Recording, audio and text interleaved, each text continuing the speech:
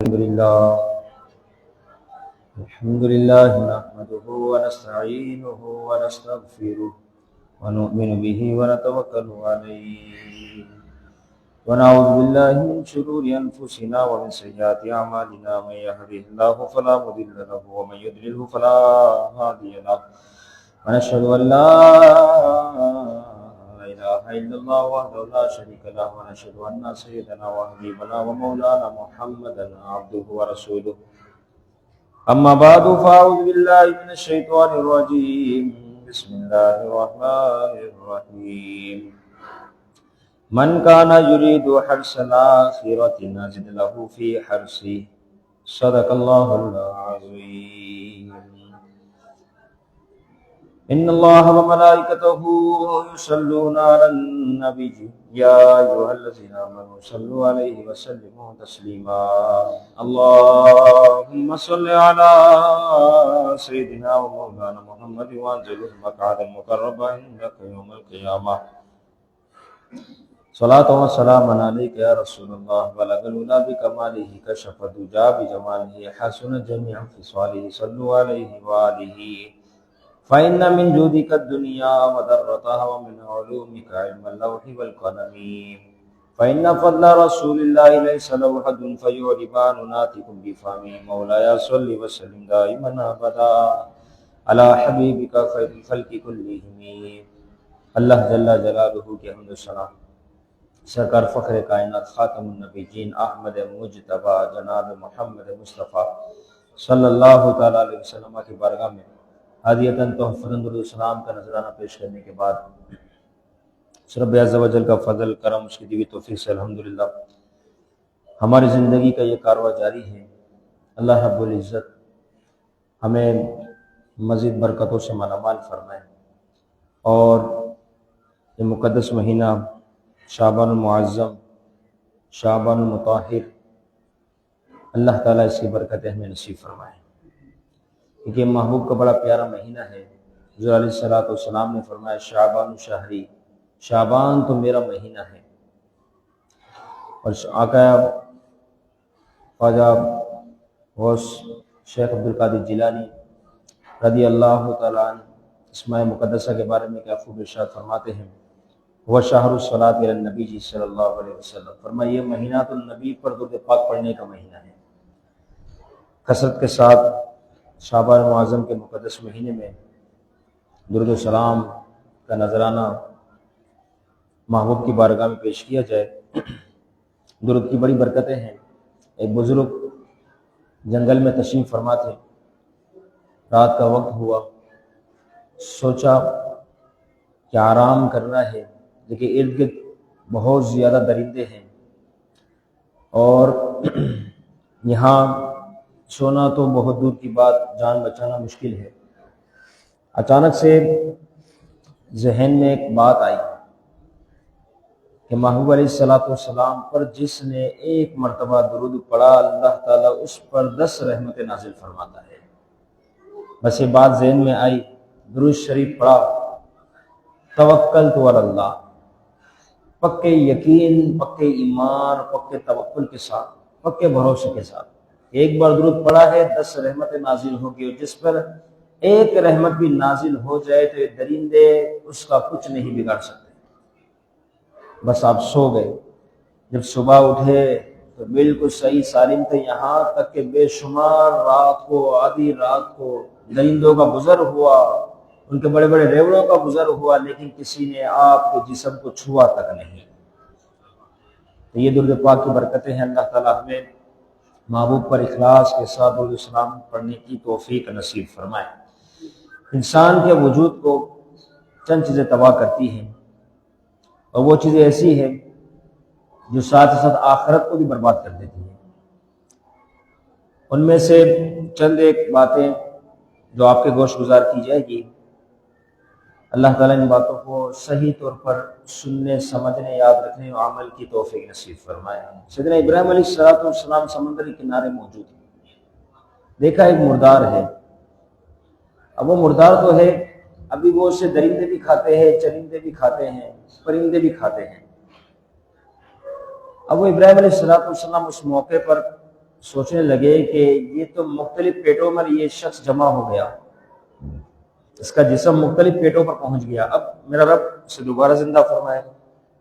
حالانکہ میرا یقین ہے لیکن میں اسے اپنی آنکھ سے دیکھنا چاہتا ہوں۔ اللہ کے خلیل ہے ابراہیم علیہ السلام، جب اس قسم کی دعا کی اللہ رب العزت دعا کو قبول فرمایا۔ فرمایا 4 قسم کے پرندے تم جو ہے وہ جمع کر لو، اور یہ 4 تو پرندے ہیں لیکن ساتھ ہی ساتھ ان کے اندر 4 قسم کی برائیاں بھی پائی جاتی ہیں، اور ساتھ ہی ساتھ اس واقعے سے یہ بھی رپورٹ آتی ہے، خبر ملتی ہے کہ ہمیں بھی چاہیے کہ ہم ان 4 باتوں کو خود سے جدا کر لیں۔ ابراہیم علیہ السلام کو حکم ہوا کہ اپنے پاس مور، گدھ، مرغ اور کبوتر، اس کو پالو۔ آپ نے پالنا شروع کیا، جب پالنے کا سلسلہ مکمل ہوا، جب وہ خود مانوس ہو گئے، صحیح طریقے سے پل گئے، رب عز و جل کی طرف سے حکم ہوا کہ ان 4 کو ذبح کرو، گردن اپنے پاس رکھنا، باقی گوشت کے جو ٹکڑے ہیں قیمہ بنا ہوا مختلف پہاڑوں پر رکھ دینا۔ رکھنے کے بعد پھر رب عز و جل کی طرف سے حکم ہوا کہ اب انہیں پکارو ان کے نام کے ساتھ، یا یدیک، یا یطاؤس، یا الحمامہ، یا النصر، اس طریقے سے ان کے 4 کے ناموں کے ساتھ پکارو۔ ابراہیم علیہ السلام نے ان 4 کو ناموں کے ساتھ پکارا، جیسے پکارا تو ان کا قیمہ جو تھا وہ گوشت بنا، ہڈیاں جڑی، ہڈیوں میں گوشت آیا، کھال بنی، خون جان سب سے مکمل ہونے کے بعد بغیر سر کے، کیونکہ سر آپ کے پاس تھا، اڑتے ہوئے ابراہیم علیہ السلام کی بارگاہ میں حاضر ہوئے، سر جڑا اور دوبارہ انہوں نے دانا چگنا شروع کر دیا۔ جب یہ بات دیکھی ابراہیم علیہ السلام کو، اب تو عین الیقین ہو گیا نا، آپ کو دیکھا حال کہ کس طریقے سے اللہ رب العزت نے ان 4 کو زندہ فرمایا۔ تو اسی سے مفسر کرام لکھتے ہیں کہ ان 4 پرندوں میں 4 برائیاں ہیں۔ مثال کے طور پر فرمایا مور، اس کے اندر گھمنڈ ہے بہت زیادہ کہ میرے پر دیکھو، میرا کلر دیکھو، میرا چلنے کا اسٹائل دیکھو۔ اسی طریقے سے گدھ، چونکہ وہ مردار کھاتا ہے مگر اس کے اندر حرص اور لالچ بہت ہے، بہت۔ اسی طریقے سے فرمایا مرغ کے اندر شہوت بہت ہے، اور کبوتر، اس کو اپنی پرواز پر بڑا تکبر ہے۔ فرمایا یہ 4 باتیں ہیں، وہاں ان 4 پرندوں کو ذبح کیا گیا، لہذا حکم یہ ہوا کہ تم خود سے بھی ان 4 باتوں کو دور کر لو۔ اگر یہ 4 باتیں، 4 برائیاں تمہارے اندر ہے تو اس کو بھی ذبح کر لو، یہ 4 باتیں نہ ہو۔ گمنڈ، کس چیز کا گمنڈ؟ انسان کو کس چیز کا گمنڈ ہے؟ پیدا ہوا جب بھی کسی اور نے نلایا ہے، جب انتقال کرے گا تب بھی کوئی اور نلائے گا۔ کس چیز کا گمنڈ انسان کے پاس میں آ گیا؟ ہر ایک شخص جانتا ہے چاہے کتنا مالدار دنیا کا بادشاہ کیوں نہ بن جائے، قبر میں 2 گز ہی جگہ ملے گی، اور اندر کا معاملہ بھی ویسے ہی ہوگا جیسے ایک عام غریب شخص کا ہوا کرتا ہے۔ اوپر جو اینٹیں مٹی اسی طرز پر آئے گی جس طریقے سے غریب شخص کی ہوا کرتی ہے۔ تو کہاں کا گمنڈ آ گیا؟ اس طریقے سے گمنڈ کو پیدا کیا۔ تو میں خود سے گمنڈ کو دور کرے۔ لالچ حرص سے تو بہت بری شے ہے، انسان کو تباہ کر دیتی ہے۔ انسان کے پاس جو ہے اس پر قناعت کرے، جو کچھ ہے اس پر گزارا کرے،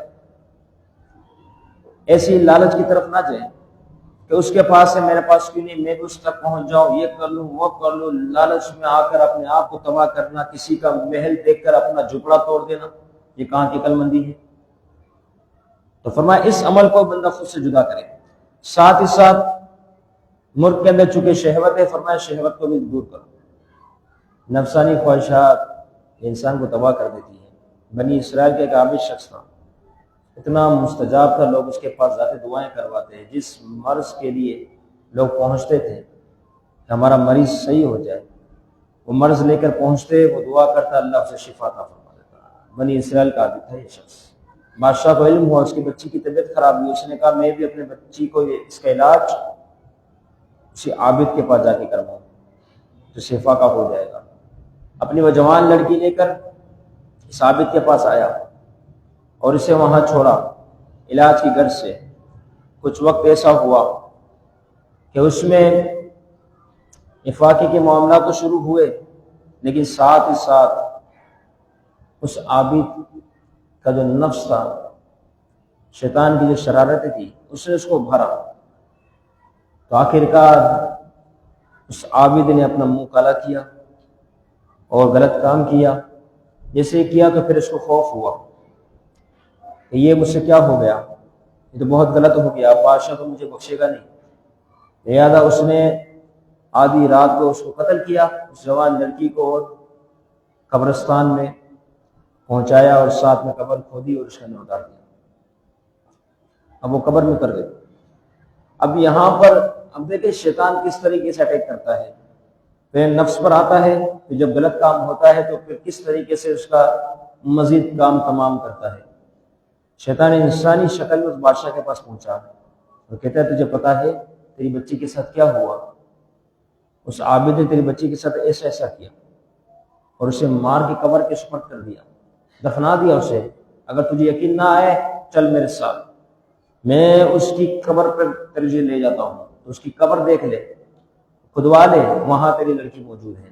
آخر بادشاہ روتے ہوئے چیختے ہوئے چلاتے ہوئے قبر تک پہنچا، دیکھا قبر کھودی تو اس میں سے اس کی بیٹی اسے ملی۔ اب قبر کھودنے کے بعد جیسے اپنی بچی کو دیکھا، اب اس سے یہ عمل برداشت نہ ہوا کہ یہ کیسے اس شخص نے، اس عابد نے جس پر اتنا بھروسہ، لوگ جاتے ہیں خاص خاص سے دعائیں کروانے، اس نے یہ کام کیا۔ فوراً حکم دیا کہ اس عابد کو سولی چڑھا دیجیے۔ اب دیکھو نفسانی خواہش تھی، اس نے اس کو کہاں تک پہنچا دیا۔ اتنا بڑا عابد، عبادت گزار، اور دعائیں مانگتا قبول ہوتی، جو مریض آتا ہے اس کی دعا سے شفا پاتا، لیکن یہ نفس ہے نا، اس کی چاہت، اس کی خواہش انسان کو کتنی تباہ کرتی ہے۔ شیطان نے برگلایا، پھر یہ کام ہوا، اب شیطان نے سارے اس کے راز فاش کر دیے۔ آخر کار اس پہ سولی کا اعلان ہوا، سولی کے قریب پہنچا، دوبارہ شیطان آیا، کہتا ہے میں تجھے بچا سکتا ہوں، اس کی شرط یہ ہوگی کہ تم میرے سامنے سجدہ کر، مجھے تو سجدہ کر، تو یہ کرے گا تجھے بچا دوں گا۔ اس عابد نے، بدنصیب عابد، عبادت گزار، اس نے سوچا کسی طرح جان بچ جائے، اس نے آخر کار اس کو سجدہ کر دیا۔ الیاذ باللہ، ساری زندگی کی عبادتیں گئی، سب تباہ برباد ہو گیا۔ پھر شیطان اس کے سامنے ہنسنے لگا، کہ میں تو تجھے نہیں بچا سکتا، جہاں تک میرا معاملہ ہے جو مجھے کرنا تھا سو میں نے کر دیا، آگے تیری پھانسی پکی ہے۔ ہنستا مسکراتا کھیلتے وہاں سے گزر گیا۔ پھر آخر کار اس بد نصیب عابد کو پھانسی پر جھلا دیا گیا اور اس کو پھانسی پر لٹکا دیا گیا۔ اس طرح اس کی زندگی تمام ہوئی۔ تو دیکھا آپ نے کیسا معاملہ ہوا، کس طریقے سے تباہ برباد ہوا۔ تو یہ نفسانی خواہش اتنی خطرناک ہے، فرمایا اس کو بھی خود سے ذبح کرے۔ اسی طریقے سے گمنڈ نہیں ہونا چاہیے اپنی پرواز، جیسے کبوتر کو اپنی پرواز پر گمنڈ ہے، فرمایا یہ گمنڈ نہ ہو، جو جس حال میں ہے ہر حال میں اللہ کا شکر ادا کرے۔ گمنڈ والا معاملہ، تکبر والا معاملہ بڑا سخت ہے۔ فرمایا جس شخص کے اندر رائے کے دانے کے برابر بھی تکبر ہوا، رائے کے دانے کے برابر تکبر، فرمایا وہ شخص بھی جنت میں داخل نہیں ہو سکتا۔ اتنا سخت حکم ہے تکبر کا۔ پھر فرمایا ساتھ ہی ساتھ یہ دیکھیں، تلک الدار الاخرۃ، میرا رب ارشاد فرماتا ہے تلک الدار الاخرۃ نجعلها للذین لا یریدون علوا فی الارض ولا فسادا۔ فرمایا آخرت کا گھر تو ہم ان لوگوں کے لیے تیار کیا ہے۔ فرمایا کن لوگوں کے لیے؟ فرمایا ان لوگوں کے لا یریدون فی الارض، فرمایا وہ شخص ایسے ہیں علوا فی الارض، کہ زمین میں تکبر ذرہ برابر بھی نہیں کرتے، ولا فسادا، اور زمین میں فساد بھی نہیں پھیلاتے۔ فرمایا آخرت کا گھر تو ان لوگوں کے لیے جو نہ تکبر کرے نہ فساد کی طرف جائے۔ اس کا مطلب یہ ہوا جس نے تکبر کیا وہ آخرت کے گھر سے دور ہوا، جنت کے گھر سے دور ہوا، وہاں کی نعمتوں سے دور ہوا۔ اسی طرح جس نے زمین میں فساد کیا، کسی کو ناحق قتل کرنا، کسی کو مارنا، ظلم، جبر، بربریت، یہ جو کام کیے جاتے ہیں یہ فساد ہے، فساد فی الارض۔ فرمایا جس نے یہ کام کیا در حقیقت وہ بھی اللہ کی نعمتوں سے محروم ہوا۔ دنیا تو اس کو دے دی گئی جس طرح کفار کے پاس بھی ہے، لیکن در حقیقت آنکھ بند ہونے کی دیر ہے، اس کے بعد اس کے لیے اس کے پاس کوئی نعمت نہیں۔ رب عز و جل کی نعمتوں سے وہ محروم ہوا، آخرت کے گھر سے محروم ہوا، جنت کی نعمتوں سے محروم ہوا۔ کتنا بد نصیب رہا وہ، دنیا کے چند دن کی زندگانی کی خاطر اس نے آخرت کو قربان کر دیا، تباہ کر دیا۔ یہ تکبر، یہ فساد فی الارض، زمین میں اتنا سخت معاملہ ہے اس کا۔ حضرت علی شیر خدا رضی اللہ تعالیٰ عنہ سے تو یہاں تک روایت ملتی ہے، فرماتے ہیں کہ جوتے کا تسمہ کیا شے ہے، پٹی اوپر کی، فرمایا کسی کے ذہن میں یہ آئے کہ سامنے والے کا جوتا دیکھے اس کا تسمہ اس کا پورا جوتا بھی نہیں، اور اس کو دیکھ کے یہ سوچے کہ میرا تسمہ بہتر ہے اس کے تسمے سے، فرمایا وہ شخص بھی اس آیت میں داخل ہو گیا، اس شخص نے بھی تکبر کر لیا۔ تو آپ سوچیں کہ کتنا سخت حکم ہوا اس کا، جو اپنے کپڑے دیکھ کر اس کے بعد دوسرے کے بارے میں سوچے کہ میں بڑا اعلیٰ، میری گاڑی بڑی اعلیٰ، میرا مکان بہت بلند، میرا چال چلن بہت عمدہ، میرا کھانا پینا رہنا سہنا سب بہت اعلیٰ، دوسرے کو غریب کو دیکھ کر۔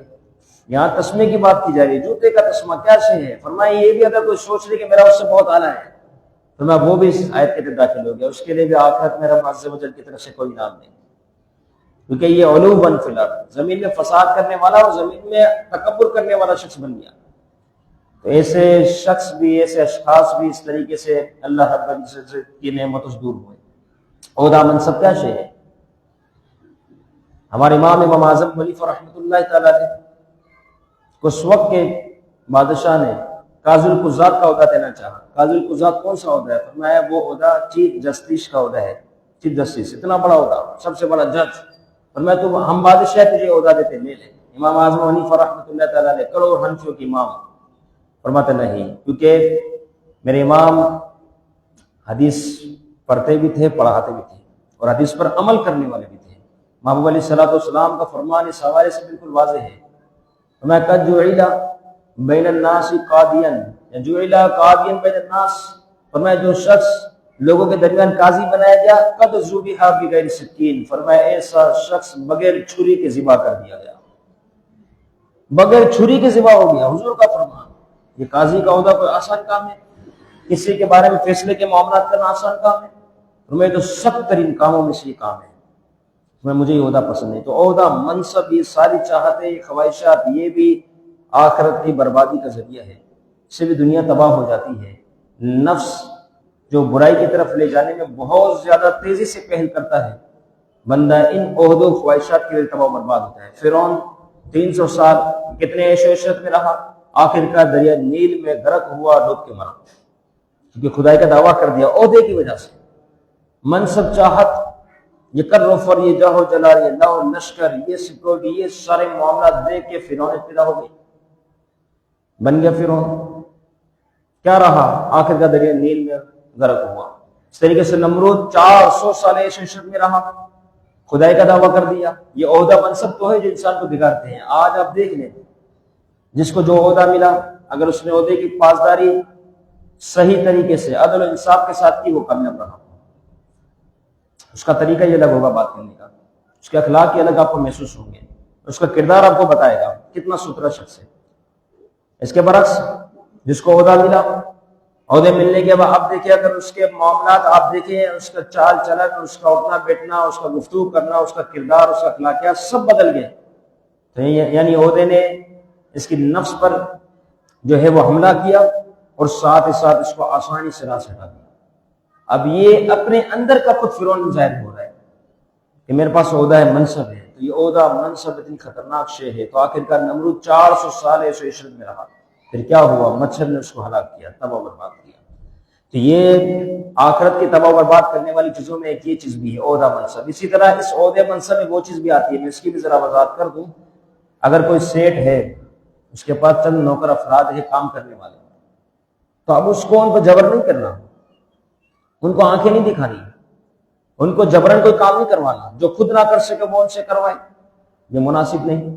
اسی طریقے سے ان کے سامنے اکڑ کر بیٹھنا، ان کے سامنے اس انداز کو اپنانا جس سے تکبر کا اظہار ہو، یہ ناجائز ہے، یہ حرام ہے، یہ اللہ رب العزت کو ناراض کرنے والا کام ہے۔ ذرا سوچیں اپنے بارے میں، آپ کو اللہ رب العزت نے منصب عطا فرمایا کہ کوئی ماتحت آپ کے ہے، کوئی آپ کا غلام ہے، کوئی آپ کا نوکر ہے، وہ آپ کے ماتحت ہے۔ آپ سوچیں نا اس بندے کا اس میں کیا قصور ہے کہ وہ آپ کے ماتحت کام کر رہا ہے۔ میرا رب چاہتا تو آپ اس کے ماتحت ہو جاتے، میرا رب چاہتا تو اس کو بادشاہ عطا کر دیتا، میرا رب چاہتا تو تمہیں نوکر بنا کر اس کو آقا بنا دیتا۔ لیکن آج اگر ایسا نہ ہوا تو سمجھ لو کہ تم پر اللہ کا کتنا بڑا کرم ہوا۔ اس نعمت پر شکر ادا کرتے ہوئے اپنے ملازم کے ساتھ اچھا برتاؤ کرو، یہ حکم ہے۔